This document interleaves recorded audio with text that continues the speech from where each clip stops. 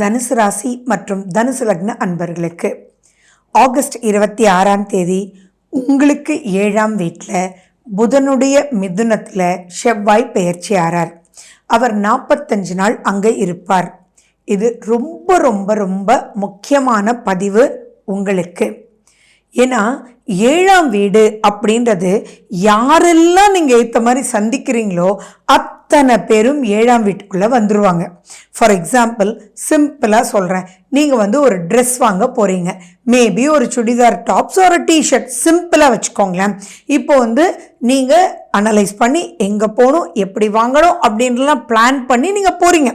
அப்போ போகும்போது அந்த எதிர்த்த மாதிரி இருக்கிறாங்க இல்லையா, அவங்க உங்கள் மேலே ஒரு கோபத்தோட, என்னம்மா பார்த்தாச்சா, ஓகேயா, அவ்வளோதாம்மா, இந்த சைஸ் இல்லைம்மா, என்னம்மா பிளாக் தானா, அந்த பிளாக்ல க்ரீன் இருந்தால் போட மாட்டிங்களா அப்படின்ற மாதிரியெல்லாம் உங்களோட கோபமாக பேசி உங்கள் கோபத்தை தூண்டி ஆட்டோமேட்டிக்காக நெகட்டிவான ஒரு பாயிண்ட்டுக்குள்ளே போயிடும்.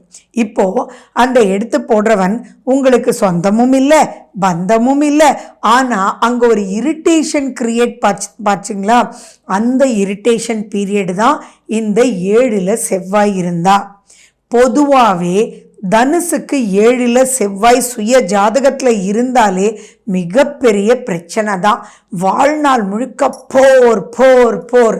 அப்போது இந்த 45 நாட்களில் பிறக்கக்கூடிய குழந்தைகளுக்கும் இந்த அமைப்பு இருக்கும். பட் நான் சொல்கிறது இதை எப்படி ஓவர் கம் பண்ணணும் அப்படின்றதும் சொல்கிறேன். நல்லா ஞாபகம் வச்சுக்கோங்க, ஜோதிடம்ன்றது இப்படித்தான் இருக்கும் அப்படின்றது கிடையாது. பயம் பொறுத்துறதுக்கு ஜோதிடம் அல்ல. அதை தெரிஞ்சுக்கிட்டு எதை எப்படி ஃபேஸ் பண்ணணும் அப்படின்றது தான். ஸோ இதே எக்ஸாம்பிளை எடுத்துக்கிட்டோன்னா, okay sir, no problem sir அப்படின்னு உங்கள் மைண்டுக்கு அவர் ஏதோ டென்ஷனில் இருக்கார் அப்படின்னு நீங்கள் மூவ் ஆன் பண்ணிட்டு போகணுமே ஒழிய, நான் உன்னை பார்த்துக்கிறேன்டா, நீ என்ன இப்படி சொல்லிட்டால, பணம் கொண்டு வந்திருக்கியா, இது 5000 ரூபா அப்படின்னு சொல்லுவார். அவருடைய தாட் ப்ராசஸ் அப்படி இருக்கும். ஸோ அந்த இடத்துல நீங்கள் ஹர்ட் ஆகி அவங்களுக்கு ஹர்ட் பண்ணுற மாதிரி வச்சுட்டா சின்ன சின்னவங்க கூட பெரிய விரோதத்துக்கு பின்னாடி வந்துடுவாங்க. அப்போ உங்களுக்கு ஒரு காலகட்டத்துக்கு பிறகு எவனோ ஒருத்தன் என்னமோ பண்ணுறான்டா, ஆனால் இல்லையே, இவன் இல்லையே, அவன் இல்லையே, அவன் இல்லையே அப்படின்லாம் திரும்பி பார்க்கும்போது ஒரு சின்னதாக ஒருத்தன் ஆனால் தொடர் பிரச்சனையாக கொடுத்துட்டு இருப்பாங்கல்ல, அப்படிப்பட்ட காலகட்டம் தான் இந்த 45 நாட்கள். ஸோ நீங்கள் யாரோடெல்லாம் மூவ் பண்ணுறீங்களோ அவங்களோடெல்லாம் சிரிச்ச முகத்தோட, ஒரு ஃபன்னான ஒரு நேச்சரோட, நீங்கள் எதுவுமே அட்வைஸும் பண்ணாமல் எல்லாரையும் புரிஞ்சுக்கிறதுக்கு இந்த காலகட்டம் உங்களுக்கு சொல்லி கொடுக்கக்கூடிய வகையில் தான் இந்த கிரகங்கள் இருக்குது. ஸோ அதை கற்றுக்கோங்க. That's it. ஸோ அப்போ நீங்கள் ஃபஸ்ட்டு என்ன பண்ணணும், நீங்கள் இப்போ நடக்கக்கூடிய தசா புத்தி உங்களுக்கு ஃபேவரபிளா அன்ஃபேவரபிளா அப்படின்றது பார்த்துக்கணும். ஏன்னா ஒவ்வொரு விஷயமும் இட் மேட்டர்ஸ். இப்போ உங்களுடைய தசா புத்தி இருக்கக்கூடிய கிரக அமைப்பு பாசிட்டிவாக இருந்ததுன்னா உங்களுக்கு அந்த அளவுக்கு மைனஸ் இல்லை.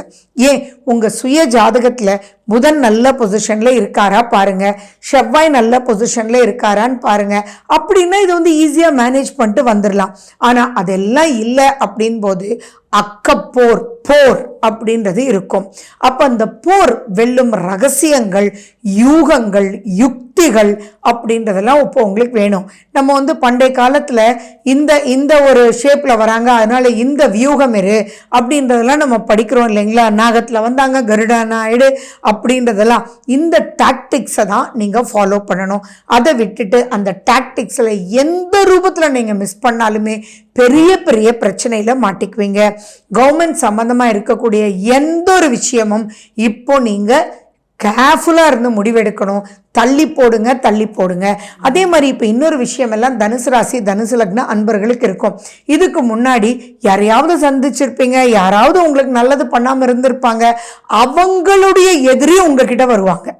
நல்லா புரிஞ்சுக்கோங்க, நீங்கள் போகலை, அவங்களுடைய எதிரி, அதாவது உங்களுக்கு நெகட்டிவ் பண்ணவங்களுடைய எதிரி உங்களோட கை கோப்பாங்க. அப்போ நீங்கள் அப்பாடி இதாண்டா நமக்கு சான்ஸு, பார்த்துக்கலாண்டா, அவனுக்கு இப்படி பண்ணணும்னு நினச்சேன், இப்போ மாட்டினாண்டா அப்படின்னு மட்டும் நீங்கள் எடுத்தீங்கன்னு வச்சுக்கோங்களேன். அங்கே ஏற்ற மாதிரி இருக்கிறது யாரு? செவ்வாய். விளையாட்டு இல்லை. செவ்வாயினுடைய கோபம், செவ்வாயினுடைய தாக்கம், செவ்வாயினுடைய வீரம் அதுக்கு முன்னாடியெல்லாம் ஒன்றுமே செயல்படாதுங்க. ஸோ இந்த இடத்துல நீங்கள் யார்?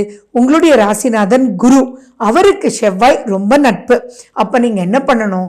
அப்பா ஏதோ ஒரு காலகட்டத்தில் அதெல்லாம் நடந்துருச்சுப்பா, இப்போ விட்டுரு, அதெல்லாம் என்கிட்ட கொண்டு வந்து நீ காரியம் சாதிச்சுக்கலான்னு நினைக்காதப்பா.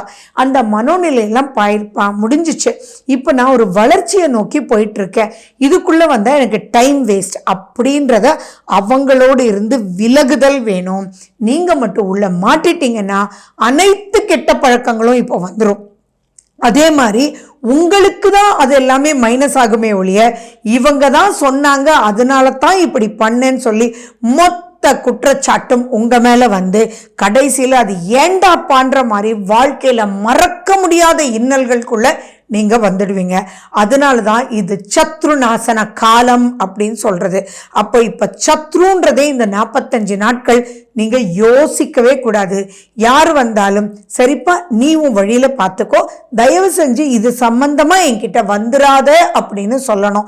இது பெரிய லெவல்ல இருந்தாலும் சரி, சின்ன லெவல்ல இருந்தாலும் சரி, ஒரு ஸ்கூல் கோயிங் சைல்டா இருந்தாலும் சரி, இப்போ நீங்க ஒரு நெகட்டிவான ஒரு விஷயத்துக்கு போயிடக்கூடாது.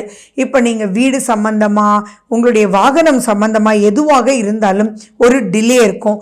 உங்களுக்கும் இன்ஜினியருக்கும் கிளாஷஸ் நிறைய இருக்கும். உங்களுடைய ஆர்கிடெக்ட் ஒன்று சொன்னால் உங்களுக்கு வேற மாதிரி புரியும். ஸோ அதெல்லாமே பொறுமையாக இருந்து ஒரு 45 நாட்கள் தள்ளி வச்சு நீங்கள் ப்ரொசீட் பண்ணணும். நீங்கள் கேட்கலாம், 45 நாட்களுக்கு பிறகு ஒரு 8ஆம் வீட்டுக்குள்ளே வருவார்னு. ஆமாம்ப்பா, ஆனால் இப்பயே அதை நீங்கள் அனலைஸ் பண்ணி ப்ரொசீட் பண்ணிட்டீங்க அப்படின்னா எந்த வகையான ஒரு பெரிய பிரச்சனையும் இல்லை. ஏன்னா புதன் அப்படின்ற இடத்துல செவ்வாய் சேர்ந்து இருக்கிறது, ப்ளஸ் அந்த புதன் உங்களுக்கு 10ஆம் வீடு.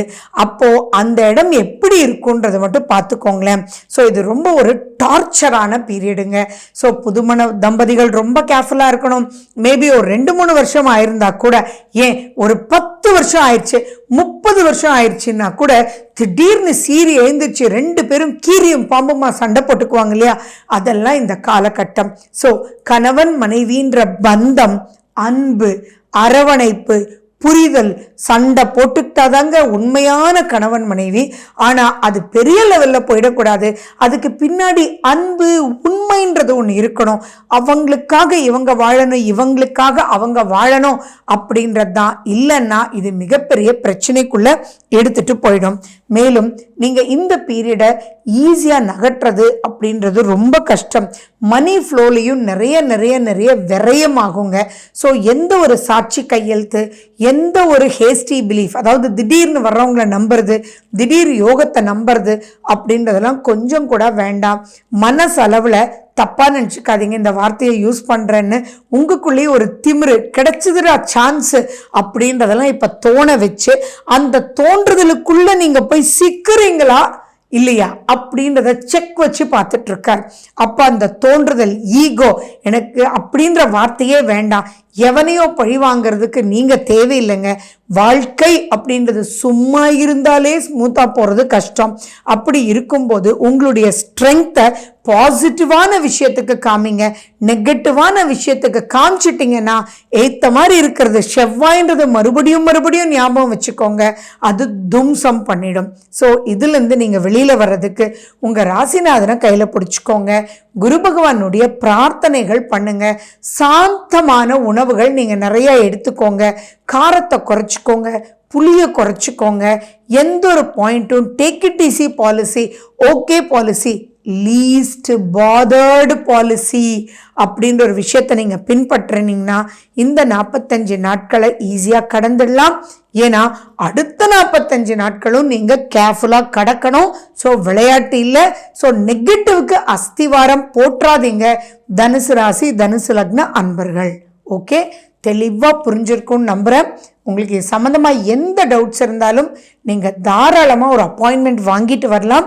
உங்களுக்கு தெளிவாக எங்களுக்கு தெரிஞ்ச அளவு, எனக்கு தெரிஞ்ச அளவு உங்களுக்கு சொல்லி கொடுத்து ஸ்மூத்தாக எடுத்துகிட்டு போய் life is to live happily அப்படின்ற ஒரு விஷயத்தை உங்களுக்கு புகட்டிடுவோம்.